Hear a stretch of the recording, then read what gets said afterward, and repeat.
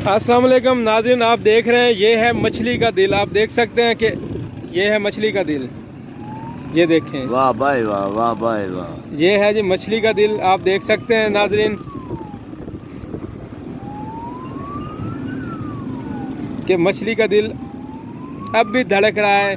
मछली के पेट से निकलने के बाद ये हम आपको मछली भी दिखाते हैं जिस मछली के दिल से निकाला गया है। ये आप देख सकते हैं, ये है मछली जिस मछली का दिल निकाला गया है।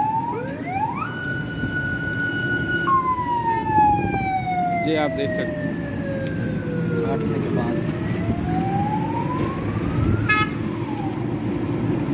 ये है जी मछली का दिल। काटने के बाद काटने के बाद भी मछली के दिल धड़क रहा है।